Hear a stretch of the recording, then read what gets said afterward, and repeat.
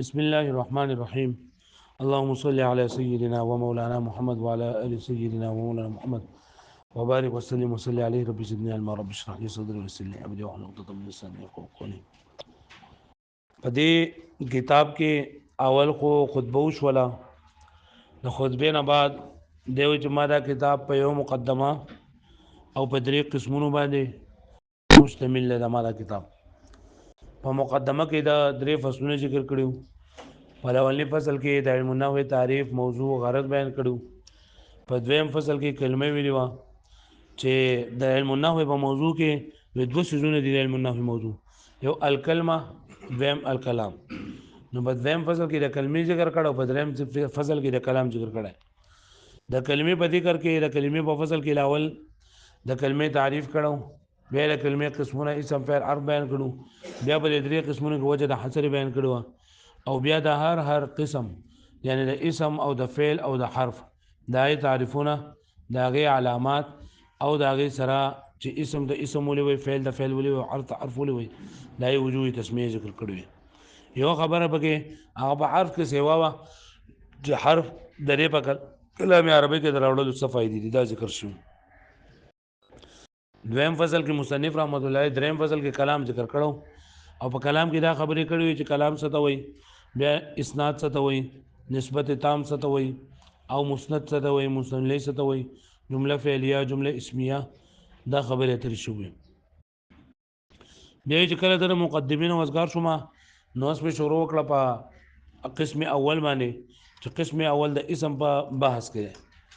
اسم په دوه قسمه ده، اسم معرب او اسم مبني. اسم معرب څه ته ویل کېږي؟ كل اسم ركب مع غيره ولا يشبه مبني الاصل. چې دا هر هغه اسم ته ویل کېږي چې بل اسم سره ملاو شوی وي او د مبني الاصل سره مشابهت نه لري. مبني الاصل درې څه دي: کل حروف، کل فعل ماضی، امر حاضر معروف. بیا دا ویلو چې د معرب حکم دا دی چې د دې اخر د عامل په بدلیدو سره بدلیږي را بدلیږي. دا کم څه چې بدلیږي را بدلیږي د اعراب وي، او د چا د وجه چې بدلیږي آیت عامل وي. کم کلمه چې بدلیږي ټولې کلمې ته معمول وي، او کم حرف یا حرکت چې بدلیږي را بدلیږي هغه ته اعراب وي، او په کم حرف باندې چې د اعراب راغلی وي هغه ته محل اعراب وي. بیا موږ ویلو د اعراب درې تقسیمونه دي. نمبر 1 تقسیم اعراب په دوه قسمه ده: اعراب لفظي، د اعراب بالحرکت، اعراب بالحرف. اعراب بالحرکت چې په زبر زیر پیش او په سکون سره وي، اعراب بالحرف چې په واو الف یا او بنون اعرابي سره وي. دویم تقسیم اعراب په درې قسمو: اعراب لفظي، تقديري، محلي. لفظي د معرب کلمې د عامل د وجنه چې کومه تبدیلی په معرب کلمه باندې راغله هغه موږ ته په نظر باندې راځي، اعراب لفظي ده. کوم موږ ته په نظر نه راځي په معرب کلمه کې کم تبدیلی شوې ده هغه اعراب تقديري ده. او په مبني کلمه باندې چې کم اعراب راغله ده، کم حرکت راغله ده، هغه د دې عامل د وجنه نه راغله، از به د مخ کې نه ده، او دا عامل د وجنه اسی د لفظي تبدیلی پکې منل شي. تبدیلی پکې منل شي چې بس دلته کې دا محل جنندار اعراب ده. کله دې په دې باندې اسم معرب راغلی وي نو بای باندې به اعراب لفظي یا تقديري راغلی وو. بیا موږ وی چې اعراب دریم تقسیم دی: اعراب حقيقي او حکمي.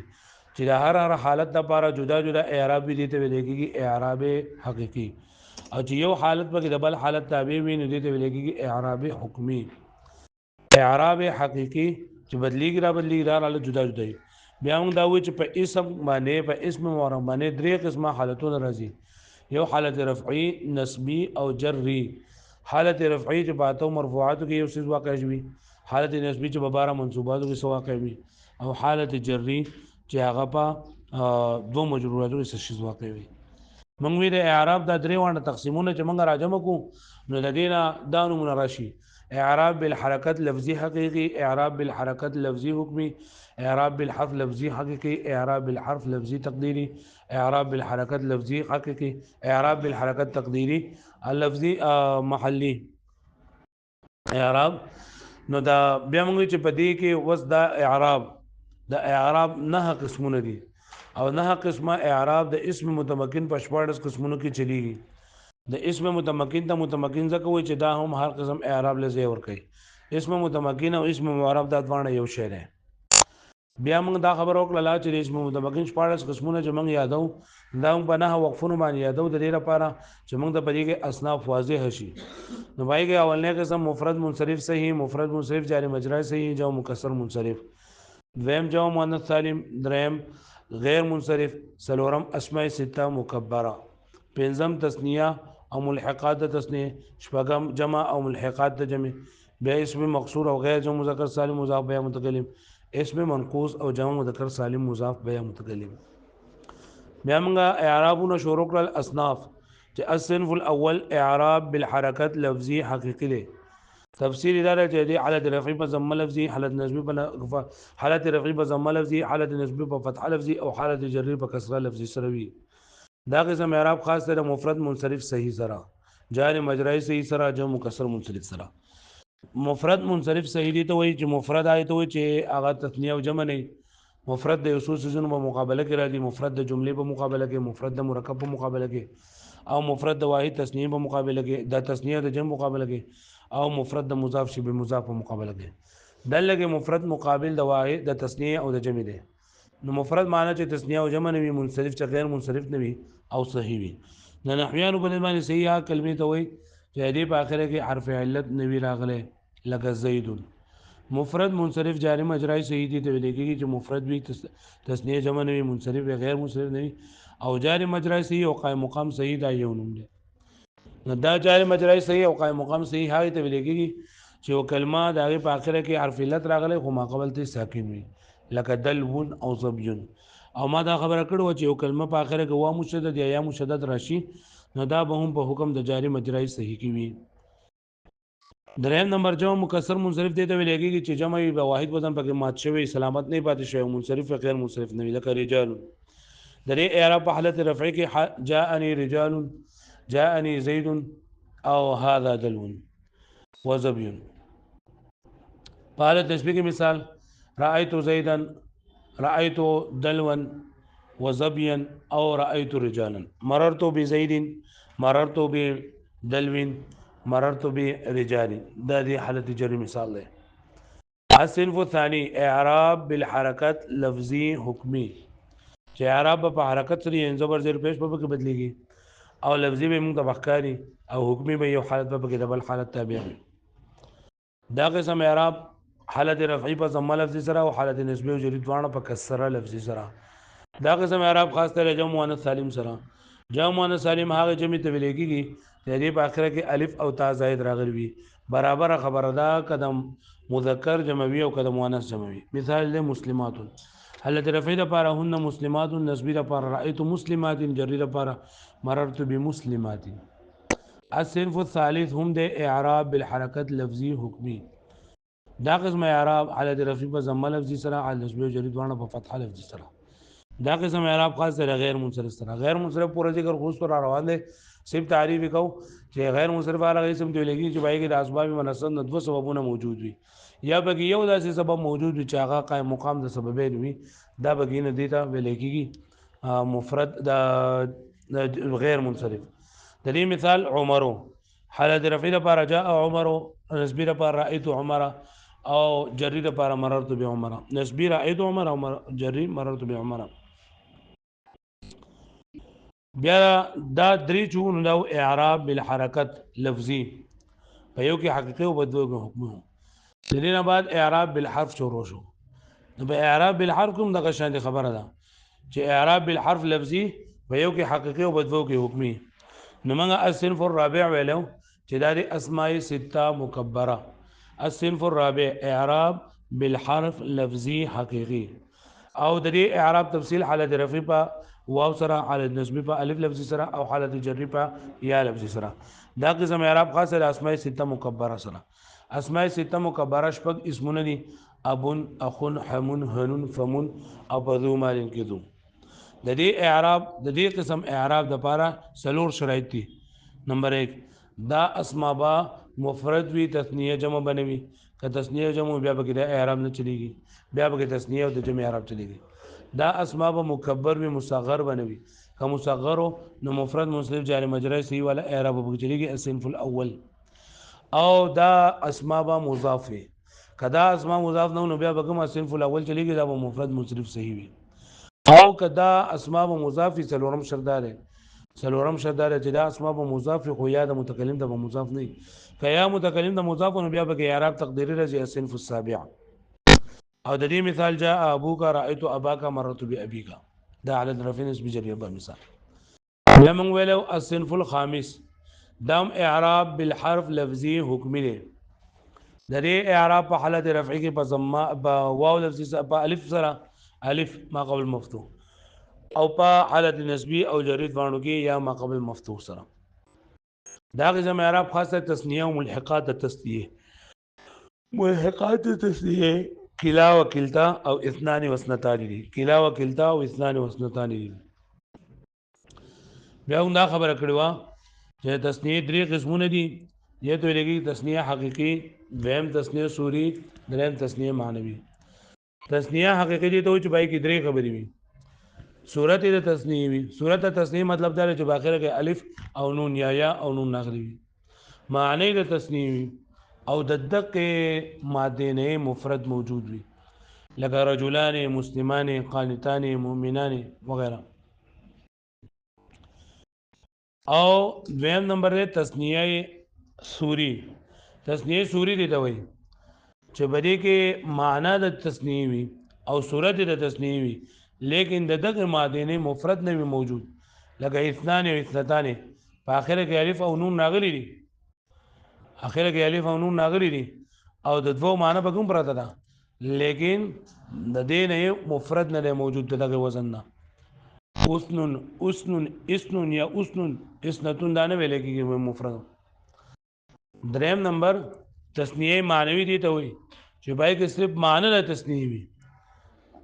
نه کوئی صورت ته جمع وي نه صورت د تثنیه وي او نه د دینه مفرد موجود وي او دا کلا او کلتا د کلا او کلتا لپاره بدا اعراب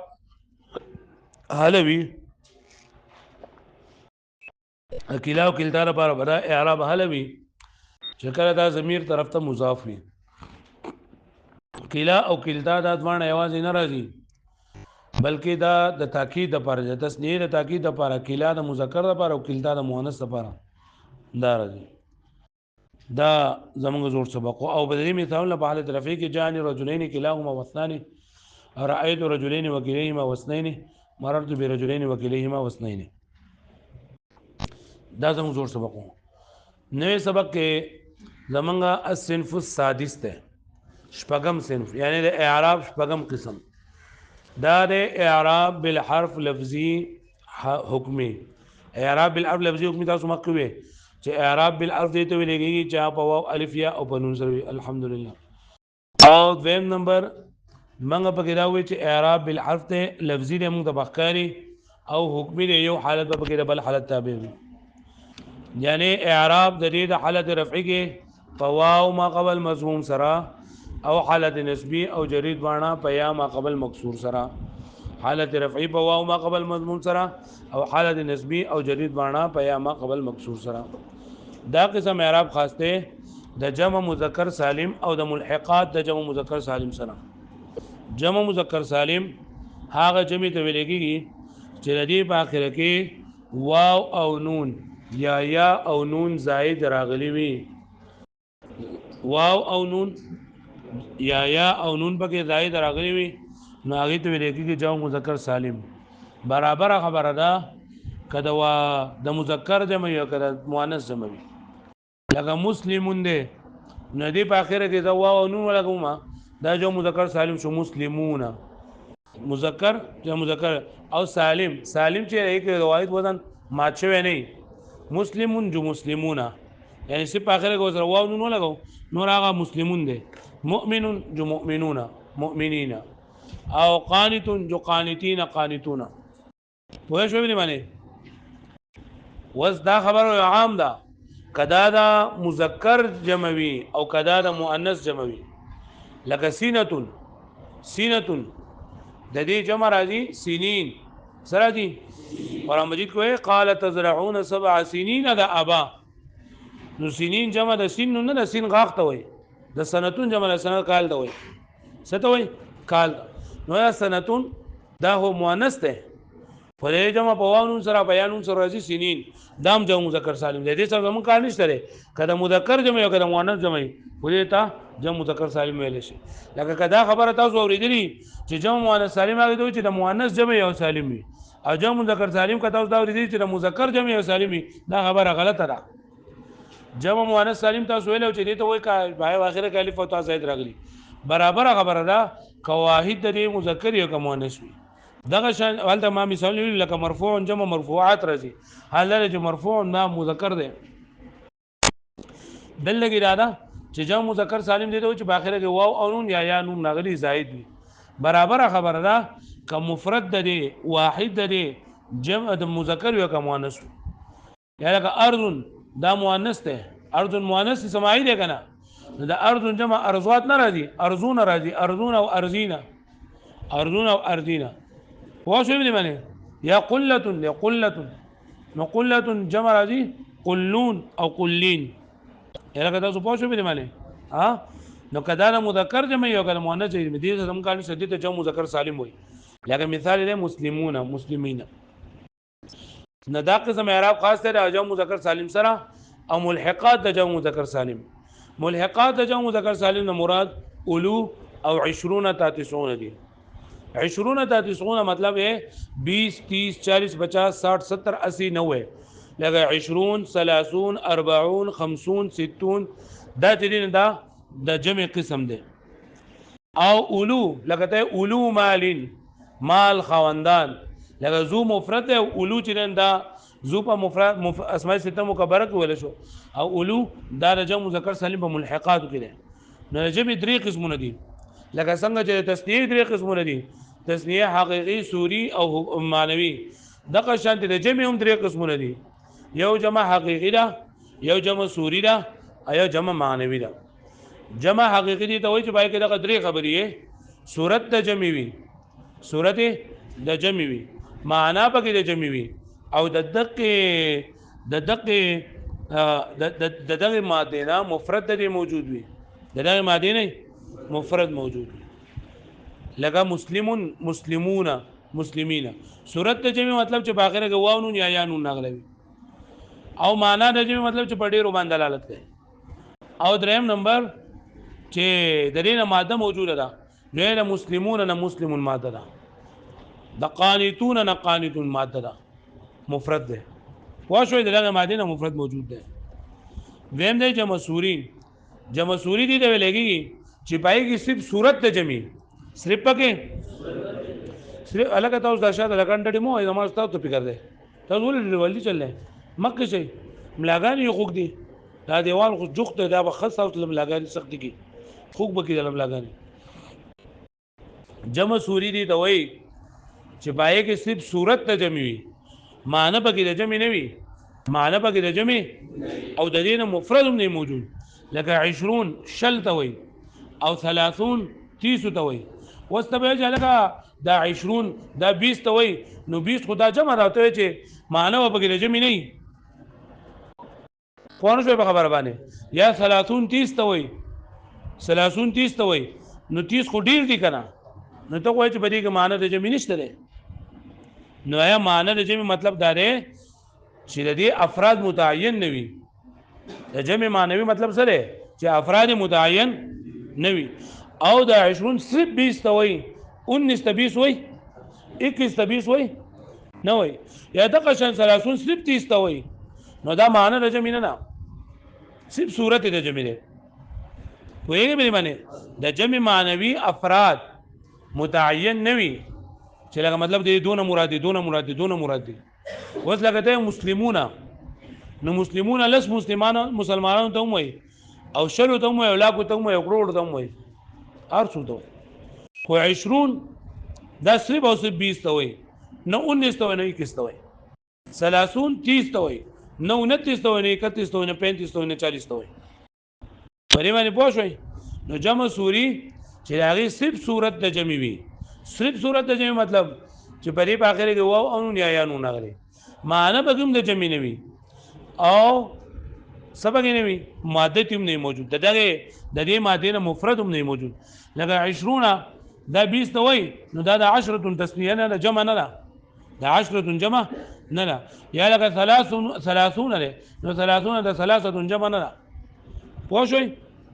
ها او دریم نمبر دی جمع معنوي چې باید اسم معنا د جمع موجود وي صرف هغه معنا د جمع وي نه صورت د جمع وي او نه د دقه ماده نه مفرد موجود وي مری پوه شئ لکه دې مثال اولو نه جاءني مسلمون حالت رفع کې جاءني مسلمون واولو مال و20 رجلا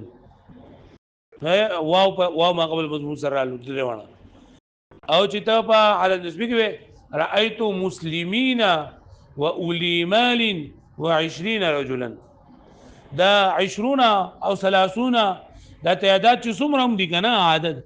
دا ممیز را دي سره دي او رستو بل دینه تمیز خامخاره دي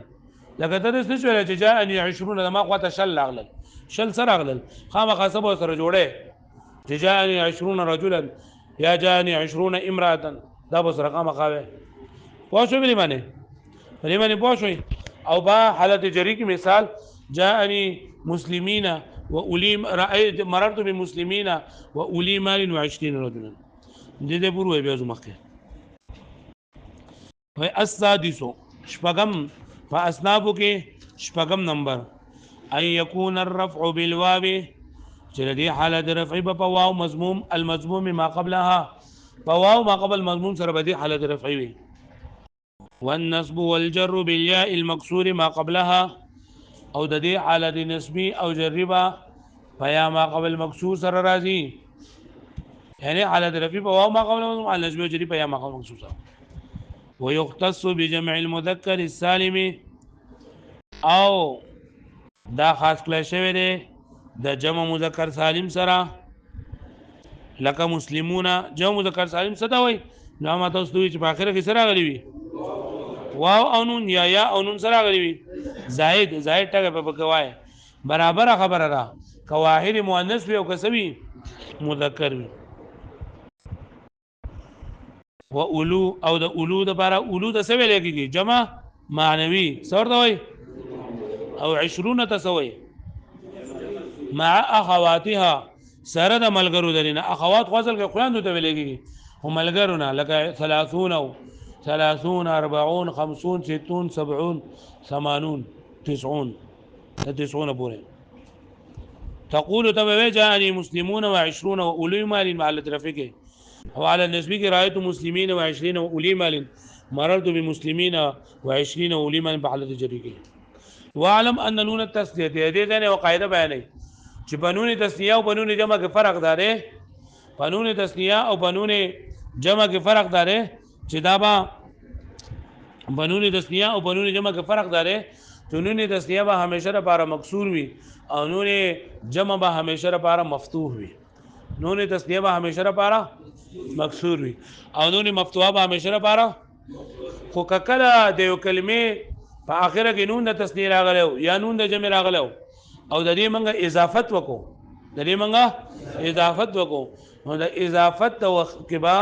په اضافت په وخت کې با دغه نون د تسنیه او نون د جمع کټ کیږي د اضافت په وخت کې با دغه نون د تسنیه او نون د جمع با کټ کیږي لکه مسلمانې خو جدي مسلمانې د اضافت وکي مصرین دا نو بیا مسلمه مصرین به مسلمانې مصرین بنوي او مسلمونه دا جمع مذکر سالم ده او په اخره کې نون مفتوح راغلی دی لیکن چې کله د دې اضافت وکي مسلمو مصر به مسلمون مصر نشوي دي مسلمو مکه ته د مکه مکرمه مسلمانان مسلمو پاکستان د پاکستان مسلمانان پوه شو بلی باندې دا ولې ځکه چې دا نون اعرابي وي دا څه وي نون اعرابي وي او دا نون اعرابي د تنوین په عوض کراغلی دا څه په عوض کراغلی دا تنوین په عوض کراغلی او تنوین په انفصال دلالت کوي تنوین انفصال جداواله د کلمې په اخر کې راځي او اضافت په اتصال دلالت کوي تنوین په څه دلالت کوي په انفصال او تنوین او اضافت په اتصال او دواړه د بل ضد دي نو چې کله د کلمې په اخر کې تنوین یا قائم مقام د تنوین ناشي او د دې اضافت وشي نو تنوین به تیزي نو دا تنوین خو نه دی د تنوین په عوض کې راغلی لکه مسلمون دی مسلمون په اخره کې تنوین ده کنه نو زه د دې مسلمون کې تسنیه لکم د تسنیه لپاره به الف ولکم او دا تنوین چې کوم حذف کو تنوین په عوض کې چې رقم نون نازي دا د نون د تسنیه وي خو شوي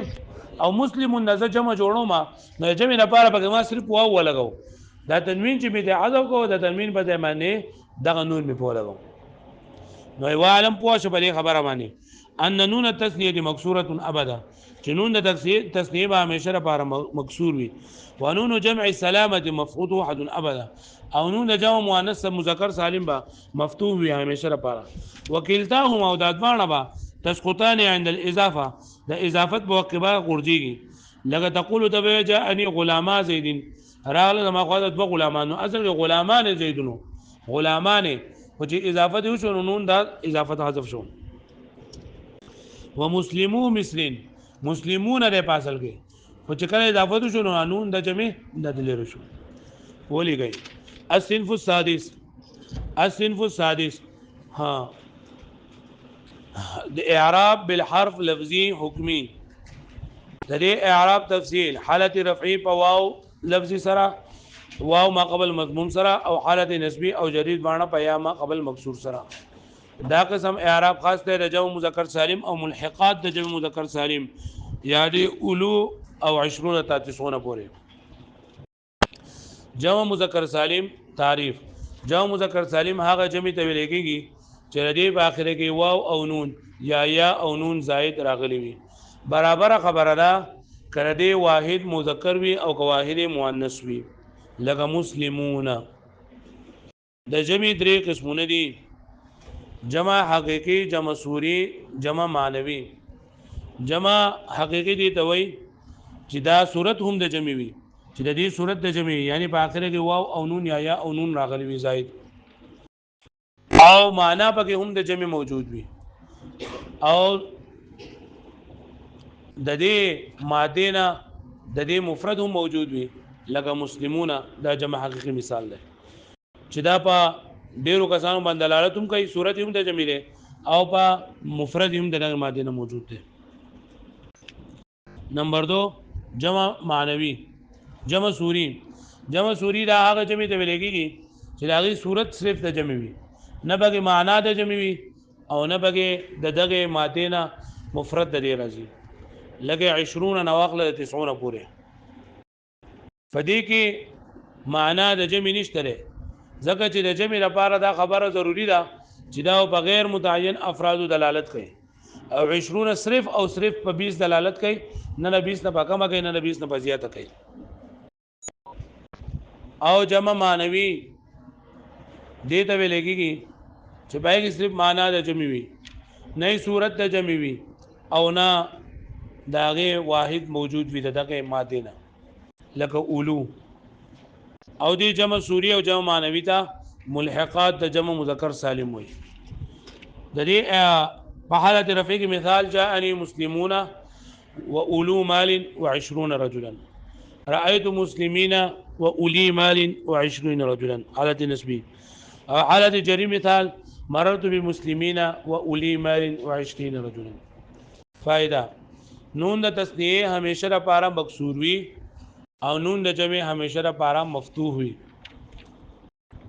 پہچان اداره چې دا نون د تسنیه وي هغه مفتوح مکسور وي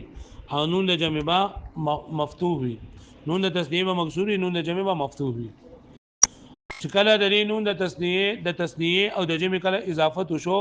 نو د اضافت په وخت با نون د تسنیه او نون د جمع حذف کیږي دا غي وجه دا چې دا نون د تسنیه او نون د جمع دا په مقابل د تنوین کې راغلي دي په مقابله د تنوین کې راغلي دي او تنوین په انفصال دلالت کوي او اضافت په اتصال دلالت کوي او انفصال او اتصال دواړه د یو بل ضد دي نو چې کله د دې اضافت وشي نو تنوین او کم څه د تنوین په مقابله کې راغلي دي یعنی نون د تسنیه او نون د جمع هغه به حذف کولای کیږي په دې باندې پوه شئ